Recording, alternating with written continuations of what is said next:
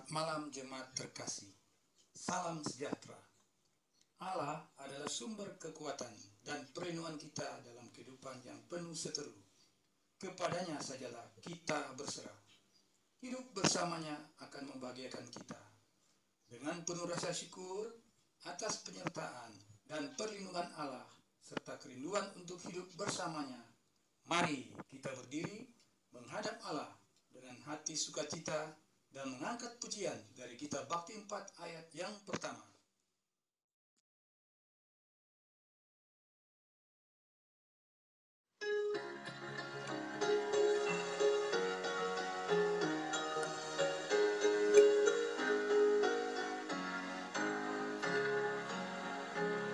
Bersoraklah di Tuhan wahai umatnya, hendaklah orang jujur puji namanya. Mainkanlah kecapi dan tabulah rebana, bermazmur bagi Tuhan dan bersyukurlah.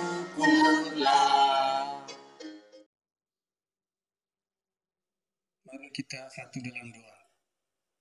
Tuhan Yesus, Gembala kami yang baik, pada malam hari ini Tuhan, kami beribadah 15 September 2021, Engkau sertai baik dari pelayan firman, pelayan liturgi, semua Tuhan yang datang dalam ibadah pada malam hari ini. Engkau sertai dari awal hingga akhir, pimpin ibadah kami berjalan dengan lancar sesuai dengan kehendak-Mu. Campur tangan ya Tuhan, dari awal hingga akhir, ampuni dosa kami, sertai kami, berkati kami dalam ibadah pada saat ini. Dalam nama Tuhan Yesus Kristus, Gembala kami yang baik, kami berdoa kepadamu. Amin. Pujian kepada Allah. Mazmur 84 ayat 1 hingga 12. Betapa disenangi tempat kediaman-Mu, Ya Tuhan semesta alam, jiwaku hancur karena merindukan. pelataran-pelataran Tuhan, Hatiku dan dagingku bersorak-sorai, kepada Allah yang hidup. bahkan burung pipit telah mendapat sebuah rumah. Dan burung layang-layang sebuah sarang, tempat menaruh anak-anaknya. Pada mesbah-mesbah-Mu, ya Tuhan semesta alam, Ya Rajaku dan Allahku, berbahagialah orang-orang yang diam di rumah-Mu. yang terus-menerus memuji-muji Engkau. Berbahagialah manusia yang kekuatannya di dalam Engkau. Yang berhasrat mengadakan ziarah.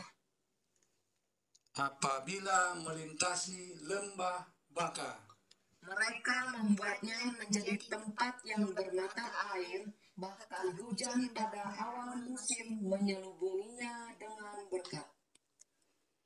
mereka berjalan makin lama makin kuat.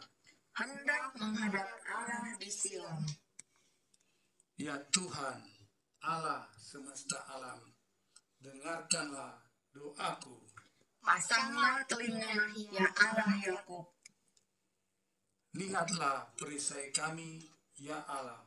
Pandanglah wajah orang yang Kau urapi. Sebab lebih baik satu hari di pelataran-Mu Daripada 1000 hari di tempat lain. lebih baik berdiri di ambang pintu rumah Allahku. Daripada diam di kemah-kemah orang fasik. Sebab Tuhan Allah adalah matahari dan perisai. Kasih dan kemuliaan Ia berikan. Ia tidak menahan kebaikan. Dari orang yang hidup tidak bercela.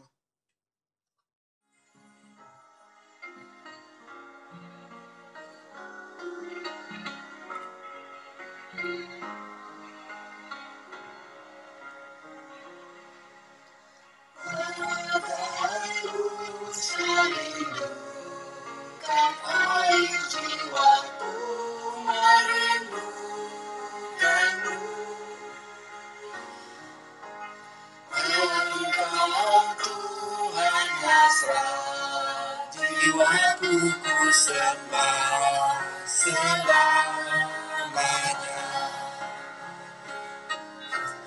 Hanya Kau kekuatanku, perisai dan keselamatanku. Engkau Tuhan hasrat jiwaku ku sembah selamanya.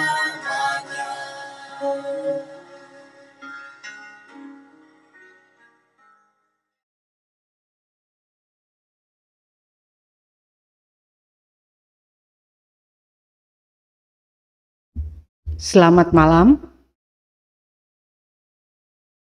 Jemaat yang dikasihi Tuhan, kita akan masuk dalam pembacaan firman Tuhan.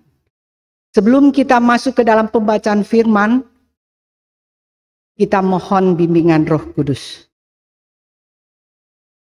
Tuhan, Allah Bapa kami yang di surga, puji syukur atas penyertaan-Mu sepanjang hari ini.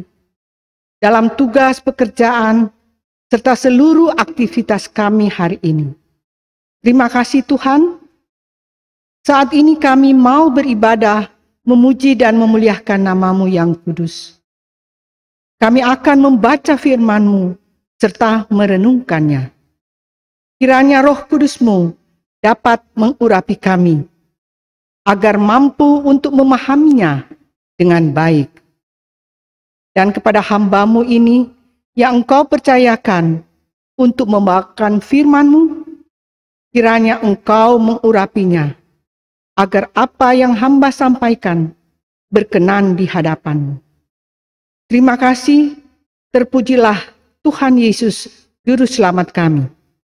Amin.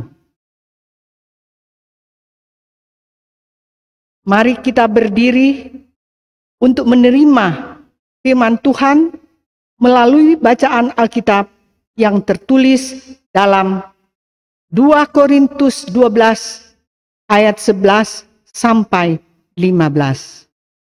Sungguh aku telah menjadi bodoh, tetapi kamu yang memaksa aku. Sebenarnya aku harus kamu puji, karena meskipun aku tidak berarti sedikit pun, namun di dalam segala hal aku tidak kalah terhadap rasul-rasul yang luar biasa itu. Segala sesuatu yang membuktikan bahwa aku adalah seorang rasul telah dilakukan di tengah-tengah kamu dengan segala kesabaran oleh tanda-tanda, mujizat-mujizat, dan kuasa-kuasa. Sebab dalam hal manakah kamu dibelakangkan dibandingkan dengan jemaat-jemaat lain, selain daripada dalam hal ini, yaitu bahwa aku sendiri tidak menjadi suatu beban kepada kamu? Maafkanlah ketidakadilanku ini. Sesungguhnya sekarang sudah untuk ketiga kalinya aku siap untuk mengunjungi kamu. Dan aku tidak akan merupakan suatu beban bagi kamu. Sebab bukan hartamu yang kucari, melainkan kamu sendiri. Karena bukan anak-anak yang harus mengumpulkan harta untuk orang tuanya, melainkan orang tualah untuk anak-anaknya. Karena itu aku suka mengorbankan milikku, bahkan mengorbankan diriku untuk kamu. Jadi, jika aku sangat mengasihi kamu, masakan aku semakin kurang dikasihi? Demikian pembacaan Alkitab. Haleluya.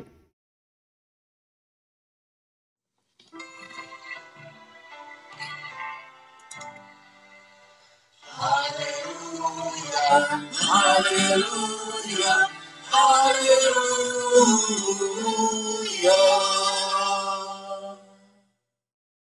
Silakan duduk. Renungan malam hari ini. Jemaat yang dikasihi Tuhan,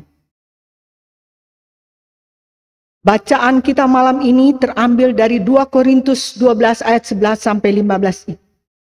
Dalam Sabda Bina Umat mengambil tema mengorbankan diri.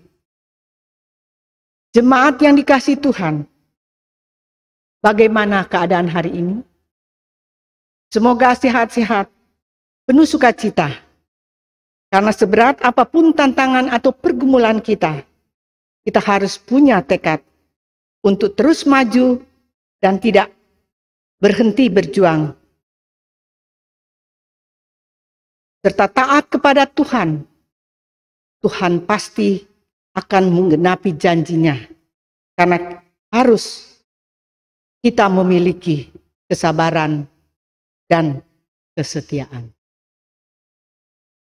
Melalui bacaan kita dari 2 Korintus 12 ayat 11-15 ini, di mana kita belajar dari Paulus bagaimana mengatasi setiap tantangan atau pergumulan yang ada. Apa Paulus mundur atau berputus asa? Atau dia bangkit dengan memiliki semangat untuk menghadapi meskipun harus dengan mengorbankan diri? Yaitu baik berupa perasaan, harga diri, dan tekanan yang dialaminya. Lewat bacaan malam ini, memperlihatkan kepada kita bagaimana Paulus mengalaminya dalam melaksanakan tugas, panggilan, dan pengutusan sebagai seorang rasul. Ia rela mengorbankan dirinya, miliknya, untuk bisa bertahan melewati setiap tantangan dan pergumulannya. Paulus dalam pelayanan di Korintus. Kota Korintus untuk diketahui adalah kota yang sangat ramai dengan penduduk yang berasal dari berbagai daerah yang berdatangan ke kota Korintus. Dengan suku dan adat istiadatnya yang berbeda.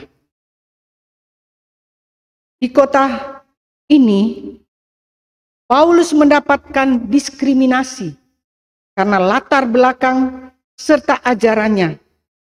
Karena ada rasul-rasul lain yang mempengaruhi orang-orang atau jemaat di Korintus untuk meragukan kerasulan dan ajarannya. Dalam pelayanan, waktu dan tenaganya, bahkan hidupnya bagi orang-orang Korintus. Namun mereka dengan mudahnya terhasut dengan pengajaran dari rasul-rasul lainnya itu. Di dalam situasi tersebut ini, mungkin banyak orang memilih untuk mundur. Tapi beda dengan Paulus. Situasi yang demikian, Paulus dengan menggunakan bahasa yang tajam, mengajarkan jemaat. Karena ada beberapa prinsip yang penting dalam pelayanannya. Yaitu di dalam surat Paulus mengajarkan bahwa pertama, orang yang suka mencari keuntungan diri sendiri dari firman Tuhan adalah orang yang bodoh. Kedua, orang yang tidak melihat salib sebagai pusat pemberitaan. Mereka adalah orang yang bodoh. Dan ketiga, orang yang mengagungkan hikmat dan lebih mementingkan kuasa, ketenaran, reputasi, dan kenyamanan adalah kebodohan bagi Tuhan.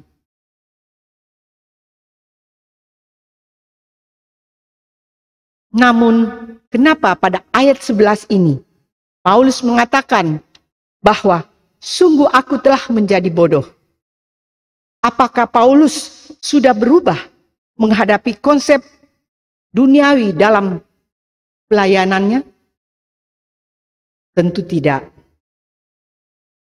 Berbohong adalah karakteristik dari orang-orang bodoh. Paulus dipaksa untuk harus berbohong, untuk berbicara tentang keunggulan daripada rasul-rasul lainnya itu. Dan Paulus benar-benar tidak menyukainya, alias Paulus tidak mau. Namun jemaat Korintus berada di dalam kebingungan. Disinilah Paulus terpaksa membandingkan dirinya dengan para rasul lainnya itu dan menunjukkan keunggulannya dalam rangka untuk menarik orang-orang kembali kepadanya.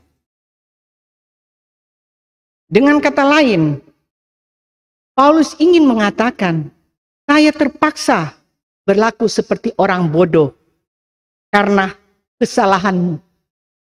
Kesalahanmu dalam hal ini yaitu pengertiannya adalah mereka mempercayai rasul-rasul lain dan mengagungkannya. Di sini Paulus merasa bahwa jemaat Korintus menggunakan standar penilaian yang sangat duniawi dalam menilai keberhasilan sebuah pelayanan. Mereka menganggap Paulus itu tidak ada apa-apanya. Paulus bukan hamba Tuhan yang sejati, bukan rasul yang sejati dibandingkan dengan rasul-rasul lain yang luar biasa itu. Dari penampilan mereka, dan mereka punya karisma, dan cara berhormatnya mereka, Paulus jauh kalah dari mereka. Mereka membanding-bandingkan pelayanan satu orang dengan yang lain, yang dinilai dan diukur dari aspek duniawi adalah hal yang menyakitkan hati Paulus.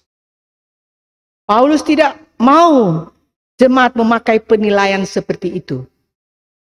Dan Paulus perlu membela dirinya dengan mengatakan, meskipun aku tidak berarti sedikit pun, namun di dalam segala hal aku tidak kalah dan daripada rasul-rasul lainnya itu yang luar biasa itu. Dan pada ayat 12 mengatakan segala sesuatu yang membuktikan bahwa aku adalah seorang rasul telah dilakukan di tengah-tengah kamu dengan segala kesabaran oleh tanda-tanda mujizat dan kuasa-kuasa. Paulus dengan segala kesabaran dan kebesaran hati serta ketulusannya perlu menyebutkan bukti di tengah-tengah pelayanannya dengan mengatakan mereka seharusnya melihat pekerjaan pelayananku. Mereka bisa melihat Allah bekerja di dalam pelayananku dengan penyertaan tanda-tanda mujizat dan kuasa-kuasa ajaib di dalamnya. Supaya apa yang aku beritakan dan ajarkan dan apa yang mereka dengar dariku adalah hal yang benar dan berkenan kepadanya. Dan memang Paulus benar-benar adalah seorang rasul yang sejati. Paulus tidak mengklaim dirinya sendiri sebagai rasul. Akan tetapi Tuhan yang menandai sebagai rasul melalui mujizat yang Tuhan lakukan melalui dia. Mujizat bertindak sebagai tanda, menciptakan keajaiban yang menarik untuk meyakinkan bahwa ini adalah pribadi Tuhan, pribadi Allah. Dengan kata lain, Paulus ingin mengingatkan atau mengatakan bahwa semua yang Tuhan atau Allah lakukan melalui Paulus menunjukkan bahwa ia adalah rasul yang harus didengar. Pada ayat 13, Paulus mengalami fitnaan dan pembunuhan karakter. Khususnya bicara soal uang atau dana. Mereka menuduh Paulus mengambil uang dengan alasan pengumpulan dana bagi jemaat di Yerusalem. Pada ayat 13 ini mengatakan sebagai berikut.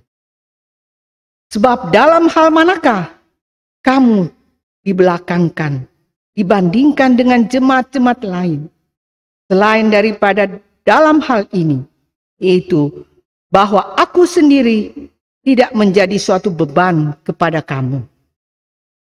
Maafkan ketidakadilanku ini. Dengan ayat ini, tampaknya jemaat di Korintus telah mengalami rasa rendah diri. Sebab Paulus tidak membebankan kewajiban keuangan kepada mereka. Dan Paulus tetap membela dirinya dengan tegas menyangkal tuduhan yang ada. Karena memang waktu itu ada isu yang beredar di Korintus bahwa Paulus mengeksploitasi jemaat untuk mendapatkan keuntungan. Itu sebabnya Paulus menolak hak untuk mendapatkan dukungan dari Korintus. Supaya pelayanan Paulus tidak terhambat karena materi. Mendapat upah dari pelayanannya adalah hak Paulus. Namun ia menolaknya bukan karena tidak butuh uang, tetapi karena menurut Paulus pekerjaan Tuhan lebih penting dari uang. Dan Paulus ingin mendidik jemaat Korintus agar mereka paham bahwa di dalam pelayanan jiwa-jiwa lebih penting dari uang.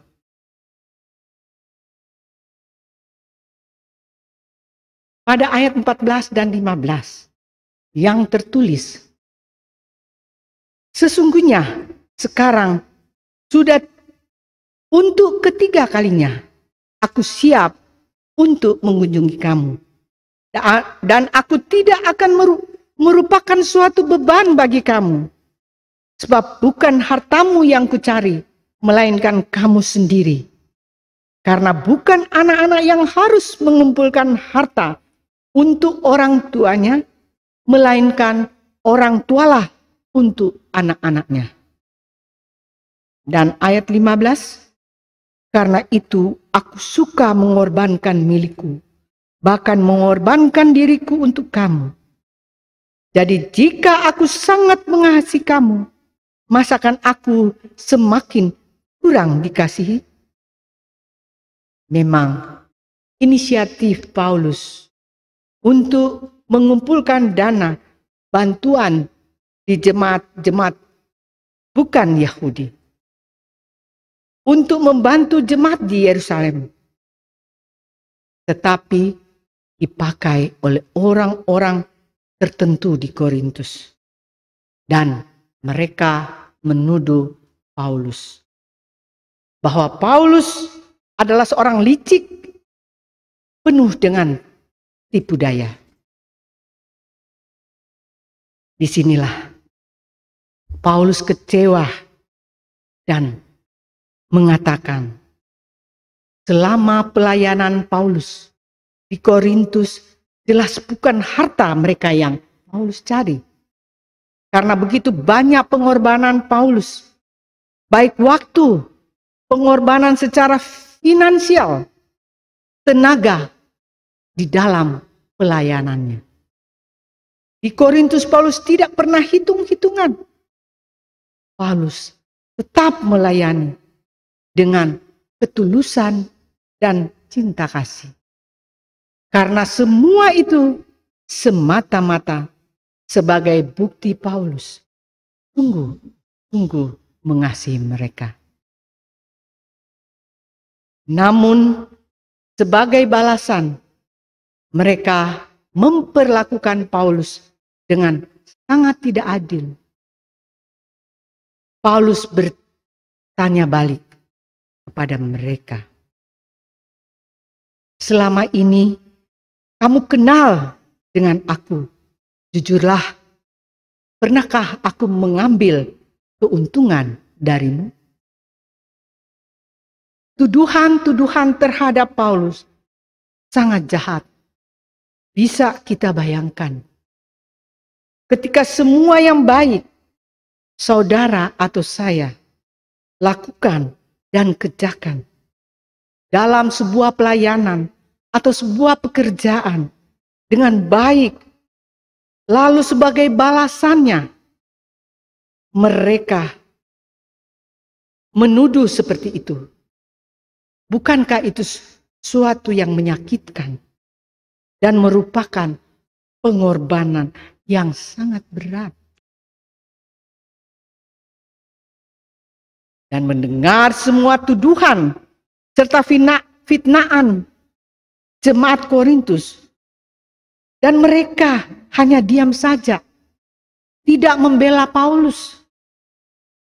Sikap mereka sangat pasif. Dan Paulus menegur dengan tajam. Sebenarnya aku harus kamu puji. Karena meskipun aku tidak berarti sedikit pun, namun di dalam segala hal aku tidak kalah dari rasul-rasul lain yang luar biasa itu.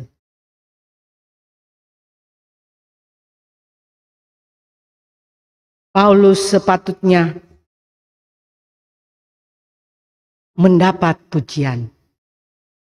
Paulus sepatutnya jemaat sebagai orang yang kenal dekat dengan Paulus harusnya bersikap aktif, membela dan tidak tinggal diam mendengar orang-orang menfitnah Paulus. Dalam ayat 15b, Paulus mengatakan, jadi jika aku sangat mengasihi kamu, masakan aku semakin kurang dikasihi? Paulus begitu frustrasi melihat sikap yang masa bodoh, acuh tak acuh kepada dia. Sampai Paulus mengatakan, lebih baik dia tidak datang di tengah-tengah jemaat Korintus kalau dia mengetahui akan terjadi hal seperti itu. Tetapi Paulus memiliki sikap seorang rasul yang sejati, penuh cinta kasih yang tulus untuk semua orang yang ia kasihi. Itu tumbuh dari pengalaman hidupnya. Dan yang paling utama, rahasia dari para rasul Paulus, dia melewati, dia melupakan, karena dia yakin bahwa Tuhan kelak akan mengganjar kesetiaannya dalam pelayanan dengan kemuliaan yang kekal. Paulus menyatakan bahwa penderitaan yang sangat berat jadi terasa ringan. Karena dibandingkan dengan kemuliaan yang begitu megah dan indah dari Tuhan baginya kelak. yang bisa kita baca dalam 2 Korintus 4 ayat 16 dan 17. Sebagai seorang yang beriman kepada Tuhan Yesus dan telah menerima cinta kasih-Nya, maka sudah seharusnya dalam sikapnya kita boleh memberi cinta kasih yang tulus kepada semua orang. Hal ini mungkin tidak mudah karena perlu dengan pengorbanan diri, pengorbanan perasaan. Karena orang yang tidak pernah memikirkan apa yang dia dapatkan, tetapi selalu untuk menghadirkan damai sejahtera. Karena damai sejahtera membuat kita dapat bertahan, bahkan melewati setiap tantangan pergumulan yang ada.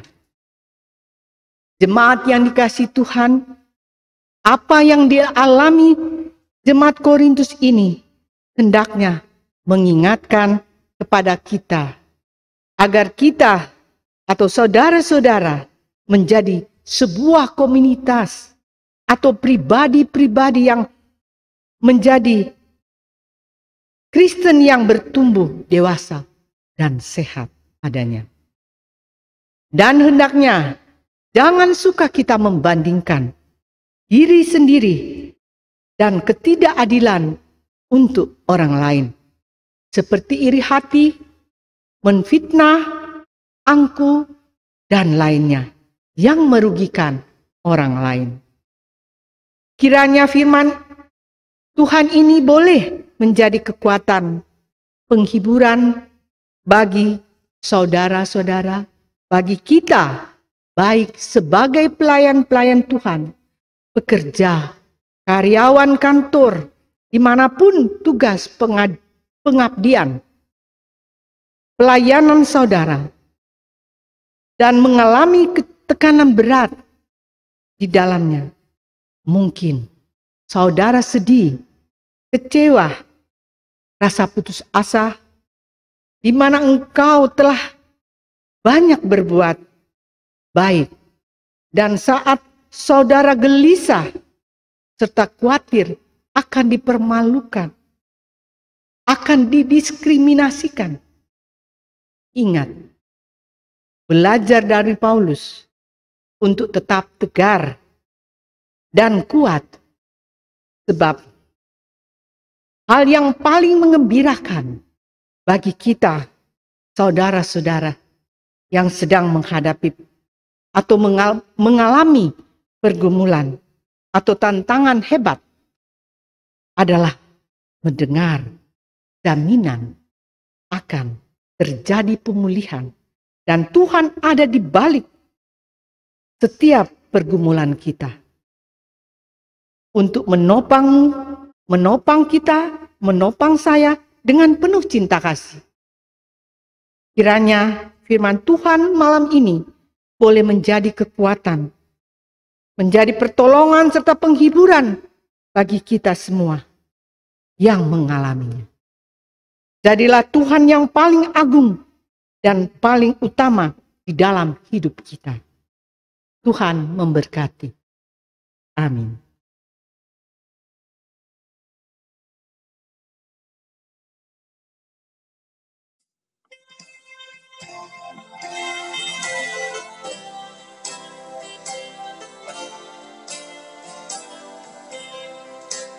Kasih Allah yang besar, jauh melebihi apapun, menjangkau dan menabur, makan berat, keterendah, karena besar kasih-Nya, berikan Tuhan.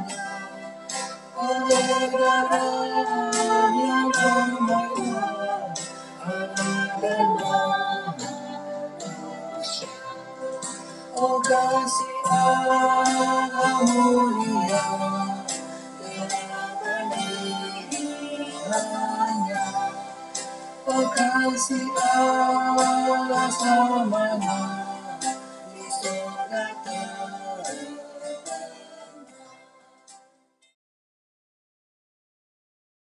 Kita masuk dalam doa syafaat.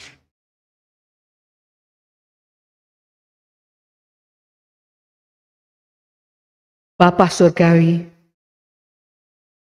Bapa yang kami sembah dan agungkan serta muliakan, dalam nama Tuhan Yesus Kristus, Juru Selamat kami.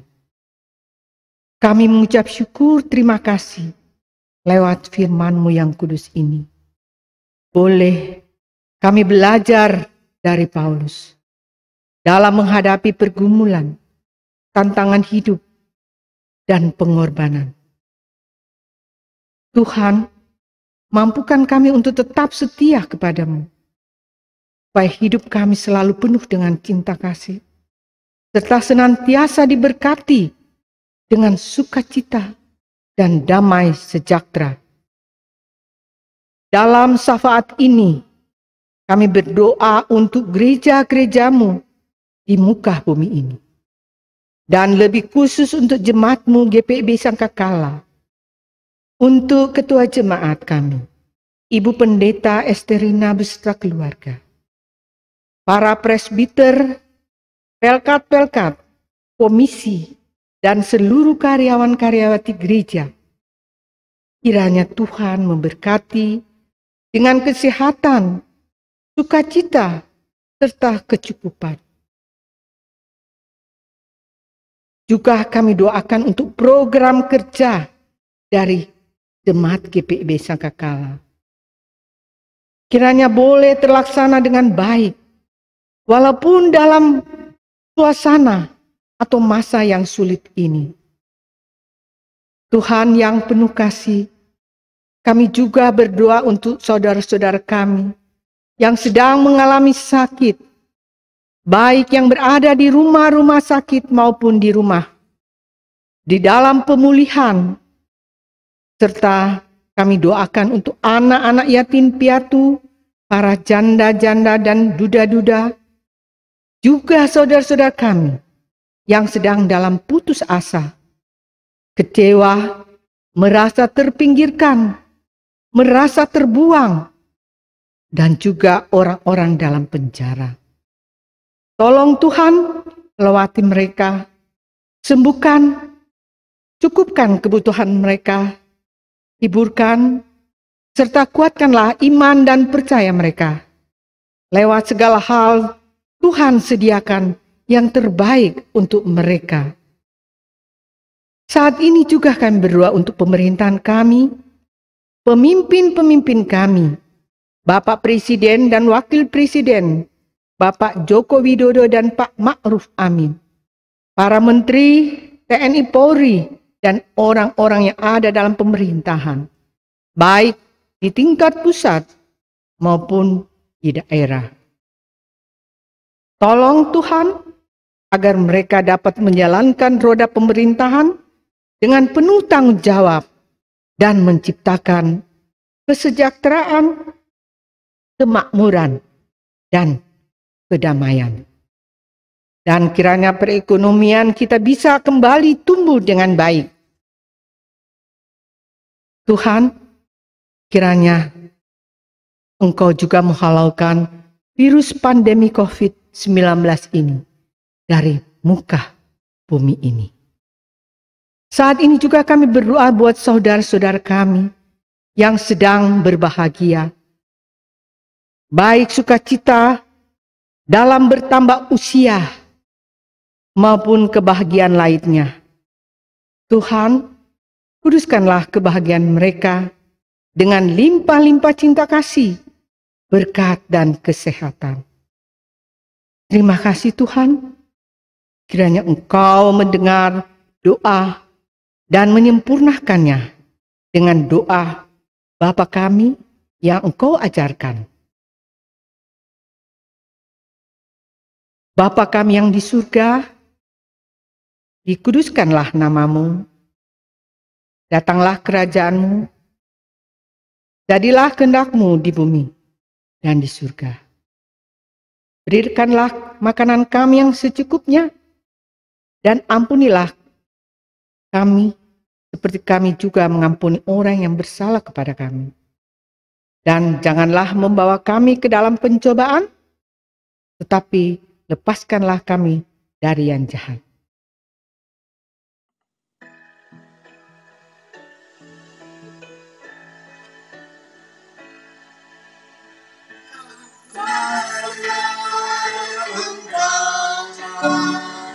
Yang mempunyai kerajaan dan kuasa dan kemuliaan sampai selama-lamanya. Amin.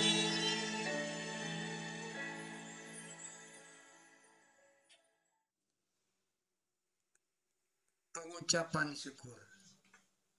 Marilah kita memberi persembahan kepada Tuhan dengan mengingat nas Alkitab dari 1 Tawarik 16 ayat 29 yang menyatakan, berilah kepada Tuhan kemuliaan namanya, bawalah persembahan dan masuklah menghadap Dia, sujudlah menyembah kepada Tuhan dengan berhiaskan kekudusan.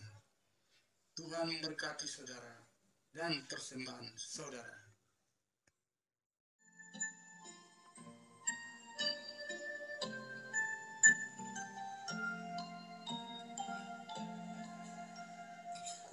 Beri persembahan pada Tuhanku, sambil puji Yesus, Juru Selamatku.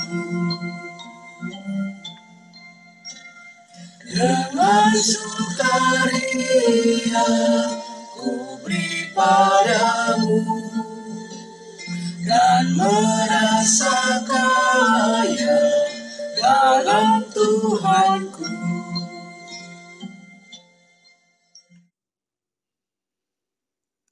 Doa syukur. Segala ungkapan syukur hanya kepadamu Bapa di surga. Terima kasih atas berkat dan kasih karunia yang telah kami terima dan nikmati hingga saat ini. Kami percaya semua berkat yang kami peroleh itu karena kemurahan Tuhan dalam kehidupan kami. Inilah ungkapan syukur kami kepadamu. Kuduskan dan terimalah ungkapan syukur kami agar menjadi berkat untuk pelayanan kasih-Mu. Amin.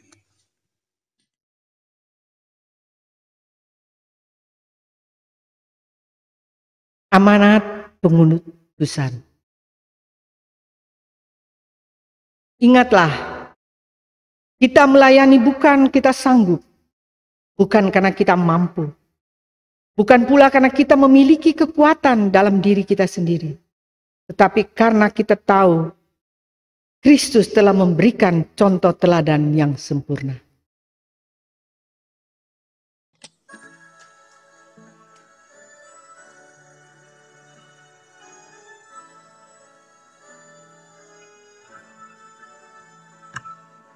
Tuhan pimpin anakmu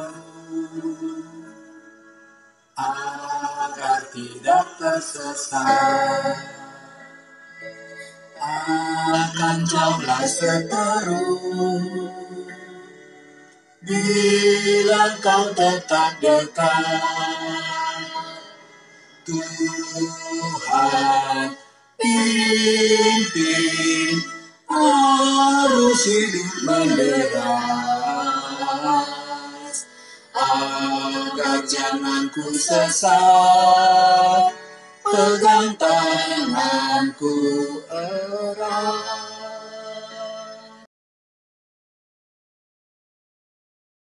Kita masuk di dalam berkat. Arahkanlah hati dan pikiran kita kepada Tuhan, serta terimalah berkat-Nya. Kasih karunia Tuhan Yesus Kristus dan kasih Allah dan persekutuan Roh Kudus menyertai kita sekalian. Amin.